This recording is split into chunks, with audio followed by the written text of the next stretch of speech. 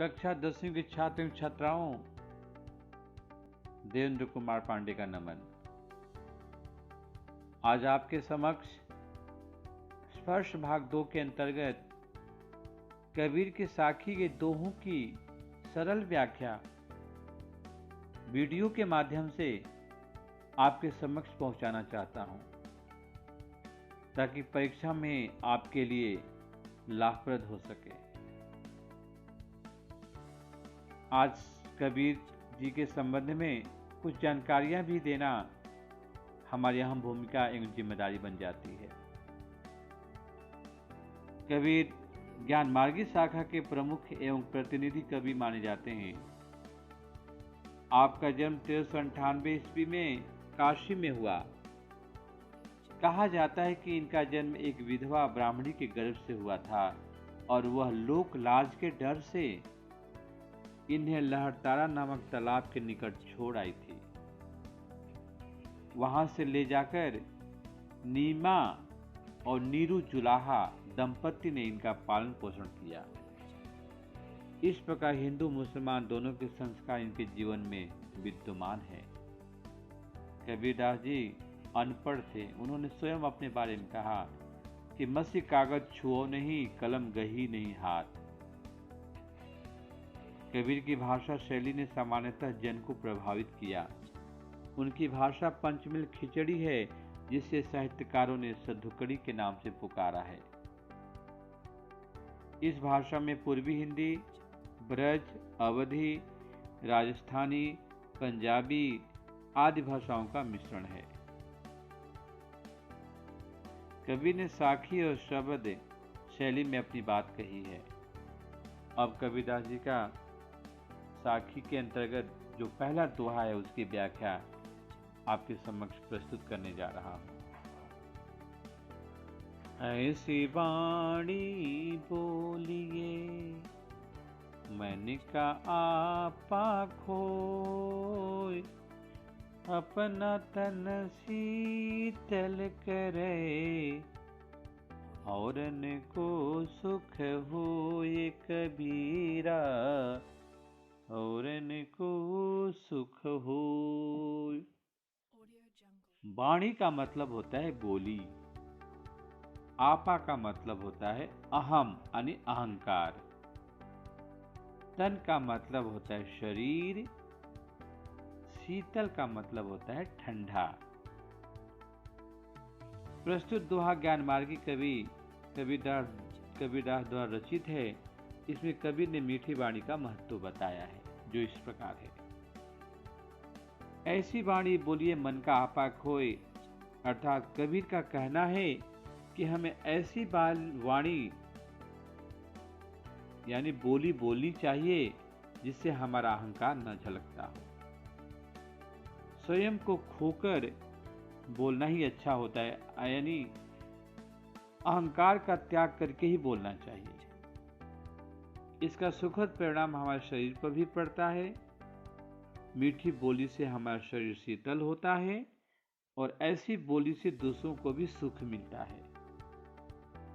विशेष बात क्या है इसमें? वाणी की मधुरता का प्रभाव दर्शाया गया है। वाणी बोलिए ब की आवृत्ति होने के कारण अनुप्रास अलंकार है। आपको पता होना चाहिए कि एक ही वर्ण एक से अधिक बार आते हैं तो वहां पर अनुप्रास अलंकार होता है। सद्धुक्कड़ी भाषा का प्रयोग किया गया है। अब कबीरदास जी का दूसरा दोहा आपके सामने प्रस्तुत है कि कस्तूरी कुंडली बसे, मृग ढूढ़े बन माहे, ऐसे घटी घटी राम है, दुनिया देखे नाही कबीरा, दुनिया देखे नाही। कस्तूरी, कस्तूरी का मतलब होता है एक सुगंधित पदार्थ। कुंडली का मतलब होता है नाभि। मृग का मतलब होता है हिरन, वन का मतलब होता है जंगल, और माही का मतलब होता है भीतर।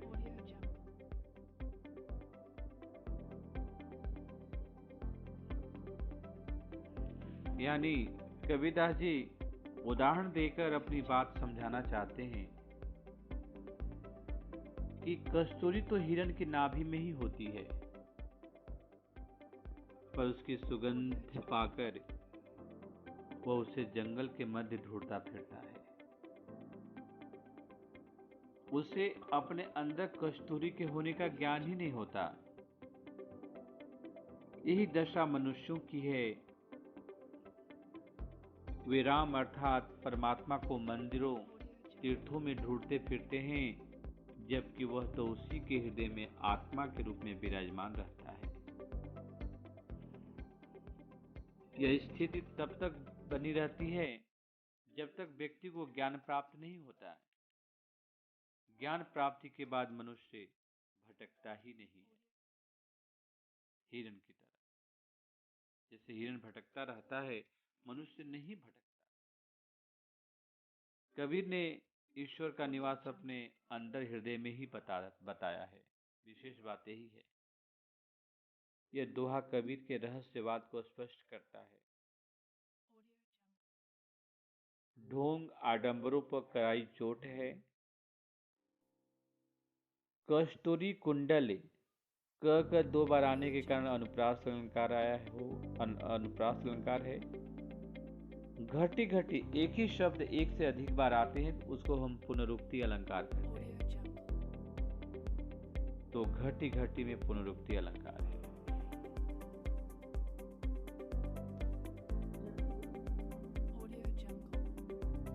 जब मैं था तब हरि नहीं, अब हरि है मैं नाहीं। सब अंधियारा मिट गया, जब दीपक देखा माही कबीरा। दीपक देखा माही। मैं का मतलब होता है अहंकार, और हरि का मतलब होता है भगवान। नाही का मतलब होता है नहीं। प्रस्तुत साखी ज्ञान मार्गी कबीर द्वारा रचित है। इसमें कवि ने ज्ञान का महत्व बताया है। व्याख्या इस प्रकार है कि कबीरदास जी कहते हैं कि जब तक मेरे अंदर अहम का भाव था, तब मेरे पास भगवान नहीं था, परमात्मा नहीं था दूर दूर तक। अब जब ईश्वर है तो मेरा अहंकार समाप्त हो गया। जब ज्ञान का दीपक जलता है, तब सभी प्रकार का अंधकार मिट जाता है। ज्ञान के आगमन के साथ मन का अहंकार मिट जाता है और परमात्मा से मिलन हो जाता है। विशेष बात क्या है? मैं शब्द अहं का सूचक है। अहं यानी अहंकार का। अहम और परमात्मा दोनों एक साथ नहीं रह सकते। जब अहंकार का त्याग होता है तो परमात्मा का निवास होता है। दीपक देखा में दो बार आने के कारण एक ही वर्ण 2 बार आया है, इसलिए यहाँ पर अनुप्रास अलंकार है। सुखिया सब संसार है, खावे अरु सोवे। दुखिया दास कबीर है, जागे अरु रोवे। कबीरा जागे अरु रोवे। अरु का मतलब होता है और,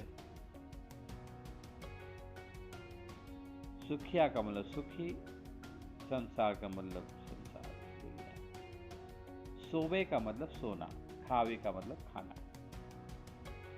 दुखिया का मतलब दुखी, जागे का मतलब जागना, औरु का मतलब और, रोवे का मतलब रोना।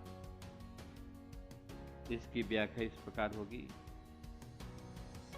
कि कबीरदास जी कहते हैं कि यह सारा संसार सुखी है क्योंकि वह खाता है और सोता है, इसे किसी प्रकार की चिंता नहीं है। इन सब में सबसे ज्यादा दुखी कबीरदास जी हैं। दुखिया दास कबीर है, जागे और रोवे।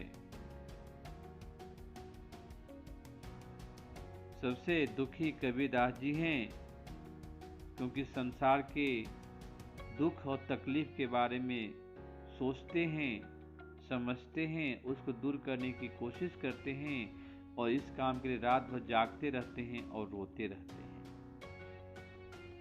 भाव यह है कि सांसारिक भोगों में लगे रहने वाले व्यक्ति तो सुखपूर्वक रहते हैं और जो प्रभु वियोग में व्याकुल रहते हैं वे जागते रहते हैं और संसार की दशा देखकर रोते रहते हैं। विचारक या चिंतक सुख की नींद नहीं सो सकता। विशेष बात क्या है? विरही की मनोदशा का चित्रण किया गया है। विरही का मतलब होता है आत्मा परमात्मा का दूर होना, विक्षोभ हो जाना।